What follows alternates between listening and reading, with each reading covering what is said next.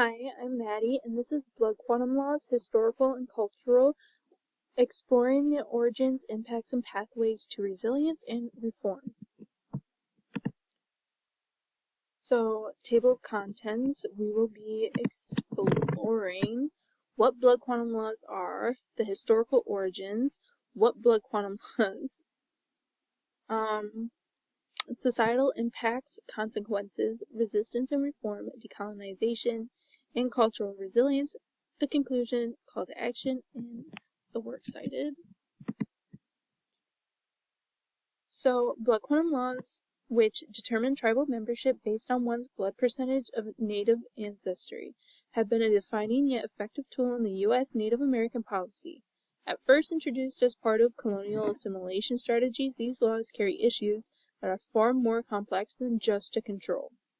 It actively sabotages Native American freedom, breaks cultural identity, and maintains organized inequalities. Blood quantum laws are deeply rooted in a colonial framework that continues to chip away at Native freedoms, damage community connections, and weaken the political power of Native nations. By looking at the historical origins, societal impacts, and present-day political issues, it can show the issues of decolonization and cultural resilience, advocating for reform that honor Native identity and freedom. The origins of blood quantum laws can be traced back to the colonial period when U.S. policymakers wanted to assimilate and control Native populations. As Sprun 2006 explains, these laws first appeared in federal policies such as the Dawes Act of 1887, which issued community tribal lands to individual Native Americans based on their blood quantum. The underlying goal was to reduce tribal populations over time, as each generation would have fewer full-blooded members eligible for recognition or benefits. HIS 2018 continues on this, how these policies were designed to kill Native sovereignty by framing identity in restrictive, measurable terms, rather than through cultural or relative connections. And in other words, that would mean that rather than proving that you are related to another tribal member to become a tribal member yourself, the government made it so that it's then based on how many Native American gene markers one has. These historical frameworks also reflect the wider colonial strategy of control. By emphasizing blood quantum over culture, government officials force a definition of identity that looks over traditional tribal policy and relationship identity systems. These laws then lead to a redefinition of Native identity that often results in community divisions. Creating categories of full and half members undermines community unity. And exclusion from membership deeply disconnects individuals from their heritage and negatively affects their mental well-being.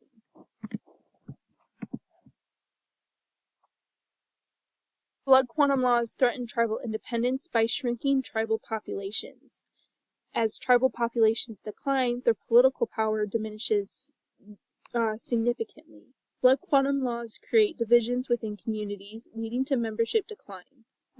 A shrinking membership jeopardizes access to federal resources for tribes.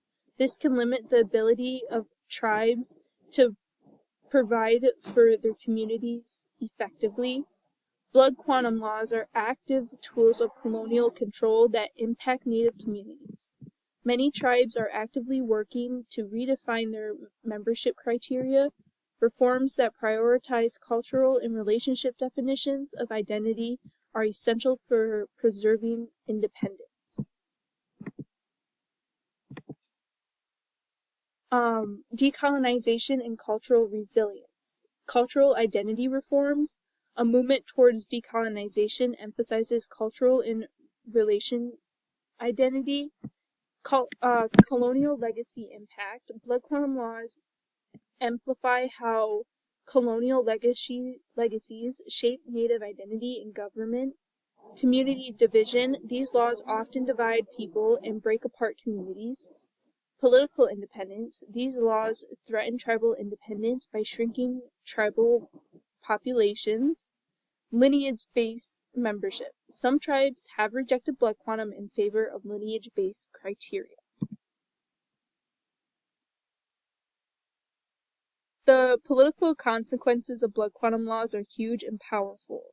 Blood quantum laws serve as an example of how colonial legacies continue to shape Native identity and government. They are active tools of colonial control that continue to impact Native communities in huge ways.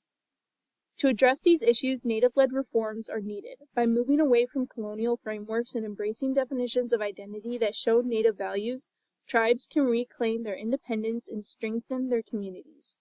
This research aims to contribute and add to the ongoing discussions of Native identity and advocate for policies that honor and support other Native voices. Thank you. And that's the end.